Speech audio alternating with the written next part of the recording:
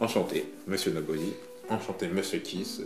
Alors aujourd'hui, on a décidé de traiter un sujet qui nous taraude depuis longtemps. Vraiment, c'est un de nombreux sujets de discussion avec Monsieur Kiss. On va parler des animés de saison vs les animés fleuves. Pourquoi on a décidé de parler de ça? Parce qu'on s'est rendu compte, et même je pense que vous vous êtes rendu compte aussi, que les animés de saison prennent de plus en plus de place dans la Japanimation. La majorité de la place, ces 3 dernières années, carrément. Exactement. Et que justement, ça délaisse un peu les animés fleuves. Sachant que les animés fleuves, c'est un peu avec ceux avec lesquels on a grandi. Que ce soit les jeux animés comme Slam Dunk, les Chevaliers du Zodiac, Dragon Ball, City Hunter, ou même des plus récents, je sais pas si c'était le Blisui, Fairy Tail, One Piece et Bleach, bien évidemment. même One Piece, Naruto, Bleach. même des mangas de sport, comme j'étais H21, Olivier Tom, Captain Tsubasa par contre, Puis même dans en version les originale. Et puis même dans les anciens auteurs, on a oublié le détective Conan qui continue toujours. Ça, l'exemple type des animés fleuves. Bon, déjà, il faut définir ce que c'est un animé fleuve, un animé de saison, tu vois. Un animé de saison, c'est quoi? C'est un animé qui, par définition, passe sur une saison. C'est-à-dire qu'il y a des animés d'automne, des animés d'hiver, des animés de printemps, des animés d'été. C'est la plupart du temps soit divisé en 12 épisodes, soit en 25 épisodes. Ouais, 25. Entre 25, ouais, ça dépend. Regarde par exemple, dernièrement, c'était quoi en 12 épisodes? Il y a la saison 2 de Hajin qui vient de sortir, par exemple, tu vois. 25, il y a quoi? Il y a tout ce qui est IQ, par exemple, voilà, qui est à peu près dans 23-25 épisodes. Et lui, il a la particularité d'aborder quand même à saisons. Enfin, c'est pas forcément en une année, on peut avoir 2 saisons en une année. IQ, enfin bref. C'est un cas particulier, mais oui, on a ce genre de truc. Et après, il y a les animés à cheval entre les deux. Moi, par exemple, je pense à Jojo un peu, tu vois, qui est un animé. Jojo, par exemple, ouais, qui est un animé où on peut le prendre par l'anime fleuve parce que en fait, ça découpe chaque partie, mais à chaque partie, il va attribuer tel ton épisode. Ou par exemple, comme tu dis, t'as Fairy Tail, par exemple, qui au départ est un anime fleuve, et puis qui au fur et à mesure se décline en anime de saison. C'est-à-dire que c'est découpé en plusieurs parties. Oui, mais après, c'est pas vraiment saison, oui, parce que c'est... Voilà, c'est ça, c'est pas vraiment saisonnier. C'est parce que ça fait une longue pause, parce que par rapport à l'avancement du manga. Et puis bon, après, on a les animés fleuves qui essaient tant bien que mal à suivre l'apparition du manga. Et donc, on va un peu analyser pourquoi justement sur ces 3-4 dernières années, on est passé sur préférentiellement des animés de saison. Je pense qu'il y a plusieurs raisons.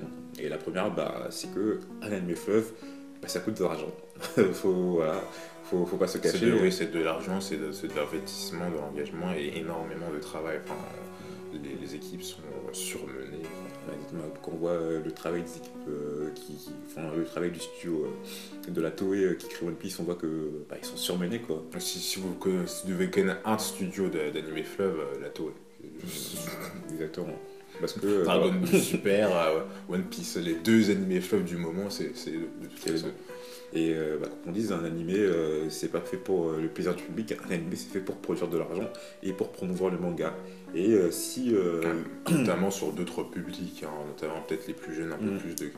Et il y a toute une histoire de merchandising aussi qui va avec, évidemment, une histoire de figurines, de jouets, du coup qui s'accompagne aussi avec les animés. Les animés fleuves, ça permet aussi d'améliorer ça. Voilà. Et si le ratio il est pas bon, si l'audience. Non, je veux dire, si l'investissement n'est pas rentabilisé à la fin, justement, on va plus miser sur un animé de saison où là, on n'a pas besoin de s'engager entièrement financièrement et autant sur le temps de travail, quoi. C'est vrai qu'un animé de saison, tu peux faire 25 épisodes, si ça marche, c'est cool, tu fais une deuxième saison, si ça marche pas, t'arrêtes au bout de 25 épisodes et puis basta. Oui.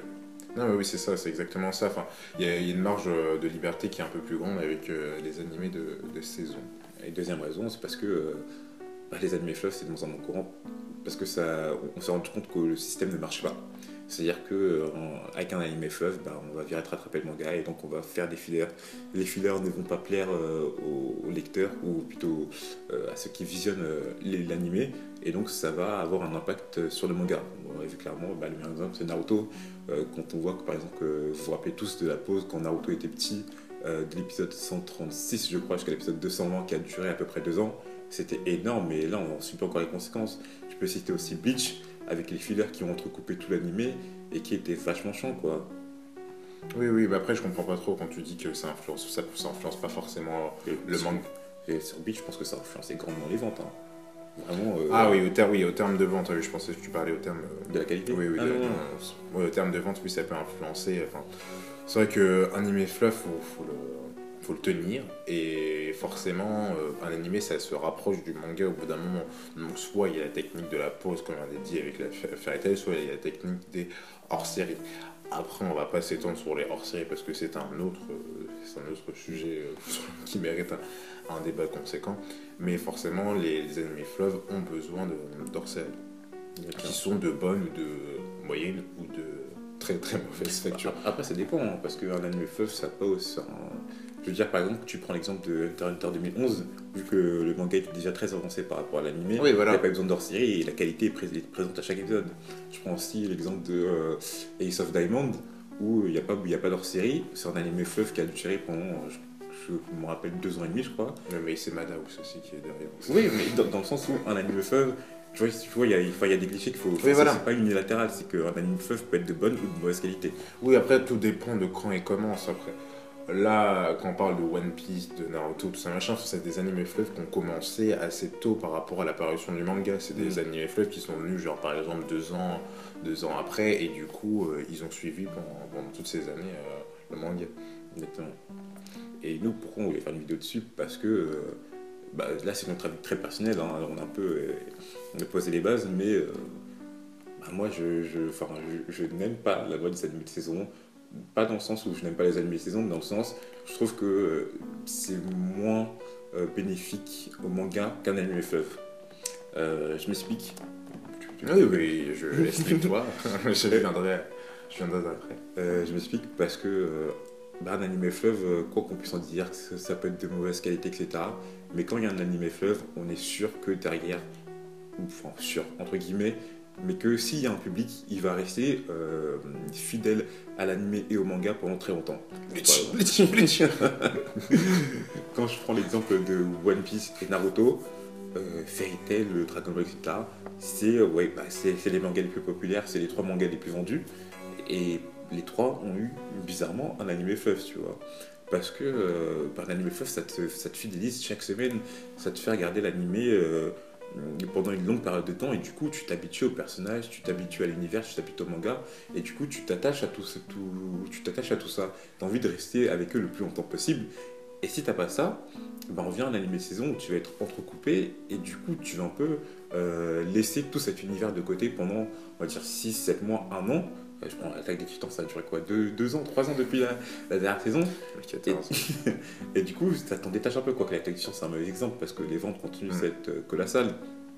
Mais il y a plein d'autres exemples où tu te désolidarises du manga très vite, quoi. Oui, exactement. Enfin, je vais parler des animés de saison. Oui, par exemple, on peut voir avec... souvent, ce qu'on a avec les animés de saison, quand on regarde les ventes et quand on a fait des vidéos sur les top récons, on remarque l'influence qu'ont les animés de saison sur les ventes. Enfin, on les remarque d'emblée, ça met pas très longtemps pour que ça augmente les ventes. On l'a vu avec Nanatsu no Taizai, qui était l'année dernière le 2e manga le plus vendu, parce qu'il a bénéficié de l'animé de saison qui était là en fin 2014. Et on le voit aussi avec My Hero Academia, on le voit aussi, on l'a vu avec Assassination Classroom aussi, qui a pas mal aidé. Bon, après, le manga est très bon aussi, donc ça aide aussi. Il y a aussi Tokyo Ghoul. Enfin, tous ces animés-là tous ces mangas-là ont bénéficié d'animés de saison. Tu regardes dans le top 10, je crois qu'il n'y a que... Dans ce top 10, en tout cas du top record des ventes au Japon, je crois qu'il n'y a que One Piece qui a bénéficié d'un animé fleuve. Hein. Je crois que c'est le seul à mon souvenir. Ouais, c'est le seul. Hein. C'est le seul. Hein. C'est le seul. Mais après, est-ce que forcément un animé saison, ça empêche la construction d'une fanbase et la construction d'un rapport particulier à l'œuvre? Je dirais que non.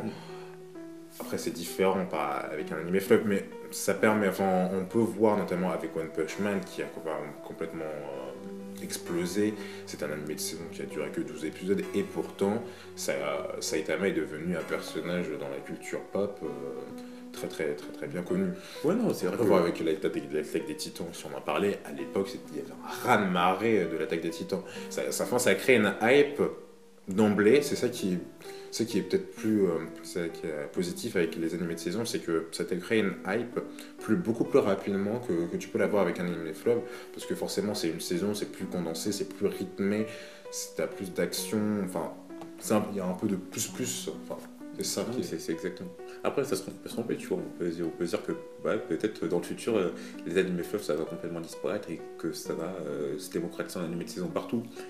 Mais enfin, moi, de mon expérience et tout, et de ce que j'ai vu depuis ma naissance, les animés fleuves, ça va mieux que les animés de saison. Tu peux le voir là avec l'animé Dragon Ball Super qui explose tout. Je dis pas par rapport au niveau de vente, parce que voilà, par rapport au manga, c'est un peu différent de tous les autres, parce que c'est pas Akira Toriyama oui. qui le dessine, etc. Mais les animés de fleuve, ça crée complètement une fanbase. Et le truc, c'est que, par exemple, aussi, si les Alors Japonais. après, même plus qu'une fanbase, parce que bon, fanbase c'est un peu un peu mot trop serré, mais c'est vrai que ça crée forcément culturellement quelque chose qui rapproche pas mal les gens. Enfin, Dragon Ball, or les fanats de manga, plein de gens le connaissent, hein, parce que justement ils ont vécu, enfin, grâce au Club Dorothée certes, mais aussi parce que c'était un animé fleuve qui permettait justement d'avoir un rendez-vous quotidien, et ça c'est extrêmement important pour la jeunesse, ça donne un rendez-vous. Oui, hebdomadaire plus que quotidien, ça donne un rendez-vous pour tout le monde. Après, ça a aussi des bons côtés, tu vois. Les animés de saison, ça permet d'avoir, et je pense que ça, c'est le meilleur côté des animés de saison, c'est que ça permet d'avoir une grosse diversité au niveau des mangas. C'est-à-dire que les animés de saison, vu que c'est que 25 épisodes, un studio peut en faire, on va dire, deux ou trois pendant une année, et du coup, ça laisse à tous les mangas leur chance d'avoir un bon animé et leur chance de te faire connaître, tu vois. Et je pense que c'est comme ça que maintenant, de plus en plus, on a une grande diversité dans les ventes de mangas, tu vois. C'est plus genre One Piece, Naruto, Bleach, tout devant, et puis tous les autres derrière. C'est maintenant il y a une hétérogénéité des mangas au niveau des ventes qui est fabuleuse. Oui, je suis d'accord avec toi, mais justement, c'est ce que j'allais dire aussi. Certes, il y a une diversité, mais cette diversité aussi n'est pas forcément si positive que ça, parce que justement, on a un amoncellement d'animés de saison. Enfin, chaque saison, enfin, on a des dizaines d'animés qui se ressemblent, qui sont même pas forcément des adaptations en soi, mais du coup, enfin, qui se rapprochent d'animés qui sont des adaptations de manga. Et du coup, avec les animés de saison, certes, ça offre plus de potentialité aux studios d'adapter ou de créer ce qu'ils veulent, mais du coup, on se retrouve à avoir des trucs like, on a eu des Sword of Stone like, enfin des trucs comme ça. Sur Fortnite avec par exemple Log Horizon auquel je pense, c'était après c'est après la même chose quoi. Un jeu en réalité virtuel. Mais voilà, dès qu'il y a un animé de saison qui marche, on va retrouver la saison d'après, même une le vague truc, la dague du temps avec Kuseijo Kabaneri là, le truc, oui. tu vois. Oui, après c'était oui, après c'est les mêmes personnes qui sont derrière. Enfin, moi je l'ai regardé, il est pas mal, mais c'est vrai que bon, ça change pas de ouf. Mais c'est ça aussi qu'apportent les animés de saison, c'est des vagues, de genre. Et on l'a eu avec, comme je le dis, Sword Art Online, on a eu les animés qui étaient spécialisés dans les jeux, et la virtualité a augmenté, ce genre de truc.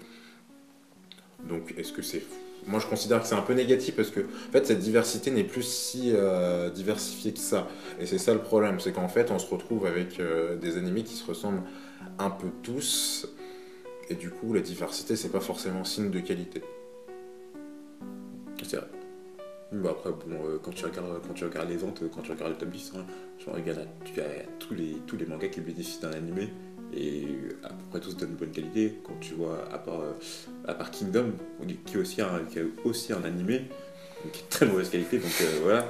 Mais on voit que cette mode des animés de saison, ça permet vraiment d'augmenter les ventes, et je pense d'exporter les mangas au dehors. Parce que oui, c'est vrai qu'au niveau de l'exportation, c'est plus facile d'exporter un manga adapté en animé de saison qu'un manga adapté en animé fleuve. Je suis pas sûr pour les grosses chaînes. Hein. Enfin, tu me diras peut-être pour Game One, etc. c'est plus facile, mais quand tu veux exporter par exemple je sais pas, sur TF1, sur NT1 ou sur la 17, c'est plus les animés fleuves. Hein. Enfin, c'est qu'il y a quoi sur la 17, c'était Fairy Tail, One Piece. Enfin, c'est des animés qui fidélisent une audience. C'est ça.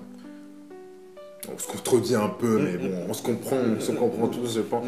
Mais tu vois, c'est quand même un sujet assez complexe parce que des deux côtés, il y a des points positifs et il y a des points négatifs. Après, nous deux, on est plus du côté des animés fleuves parce que forcément, ça fédère plus. Ouais. Je pense que ça fédère plus. Ça fédère plus, pas forcément. Sur le court terme, non, mais sur le long terme, ça permet de créer des générations. On a eu une génération Dragon Ball, là on a une génération Naruto, One Piece. Et on n'aura pas de génération Attaque des Titans, on n'aura pas ça, parce que... Oui, bah ouais, c'est pour ça qu'on a qualifié le Bill parce que le Bill ça... Ouais, comme tu dis, ça a fédéré autour de ces animés tellement de personnes à cause de ces... Je pense que c'est vraiment à cause de l'animé fleuve, ou plutôt grâce. Mais là, oui, on n'aura plus ça. Moi, je prends un exemple vraiment récent, c'est My Hero Academia. My Hero Academia, j'aurais adoré qu'il y ait un animé fleuve plutôt qu'un animé de saison, parce que, certes... Et qui aura un animé fleuve? Black Clover. Non, attends, on parle de My Hero, après on parle de Black. Mais My Hero, certes, il y a eu une hype autour des 13 épisodes qu'il y a eu.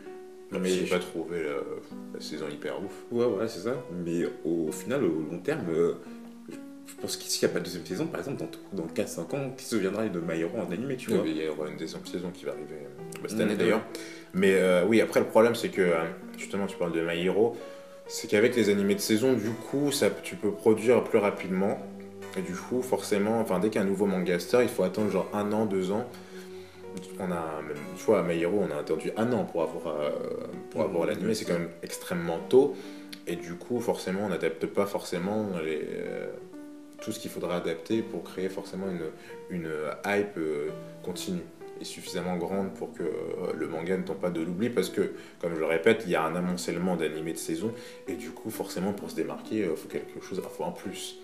Et si tu t'adaptes que la première partie d'un truc, le scénario ne sera pas assez ouf pour entraîner les gens. Mais c'est ça, hein. Moi je parle aussi, si par exemple tu aurais adapté Naruto en anime de saison et que tu vois à quel moment il serait arrêté, parce que les heures d'études, c'est pas possible de couper en deux. Clairement, soit tu ne peux pas faire ça. Non, c'est vrai que forcément ça crée des coupures. Après, c'est compliqué à gérer pour le studio parce qu'il sait pas s'il va réitérer une saison 2 et tout ça machin. Donc on peut le voir avec avec Seven Deadly Sins, où la fin de la saison 1 ne correspond pas à la fin du premier arc, parce que justement ils savaient pas s'ils allaient faire une deuxième saison, et du coup ça crée une incohérence, et du coup forcément ils sont obligés de créer des épisodes en plus pour créer une cohérence avec la suite de l'histoire. Après, est-ce que les animés feu c'est vraiment mort? Moi je pense pas du tout. Rien qu'à voir les scores de Dragon Ball Super, tu te rends compte que grâce à Dragon Ball Super, ça... Après, Dragon Ball Super, c'est Dragon Ball aussi, donc c'est pas exactement la même chose. Ça jouit déjà Dragon Ball de quelque chose de spécifique. Comment ça? Dragon Ball, c'est quand même un mythe au terme de manga, donc forcément, quand tu vas adapter quelque chose par rapport à Dragon Ball, il y a plein de gens qui vont vouloir venir le voir. C'est pas exactement... tous les mangas ne peuvent pas avoir la chance d'avoir l'aura Dragon Ball. En tout cas, on espère que cette petite discussion vous aura plu. Si vous avez des choses à rajouter, nous on serait ravis de les entendre, et de toute façon mettez-les dans les commentaires et on sera ravis de vous répondre. Et voilà, exactement. On veut bien développer notre manière de penser qui a pu un peu paraître pas très construite durant cette vidéo, mais parce que c'est un peu au feeling. un peu au feeling. Mais oui, on veut vraiment débattre dans les commentaires avec vous, parce que je pense que pour tous les mangas fils, c'est quand même les animés fils, c'est quand même une modification qui est en train de se faire. Bon, c'est un peu dommage de perdre les animés fils. On trouve tous les deux. Voilà. Tchuss.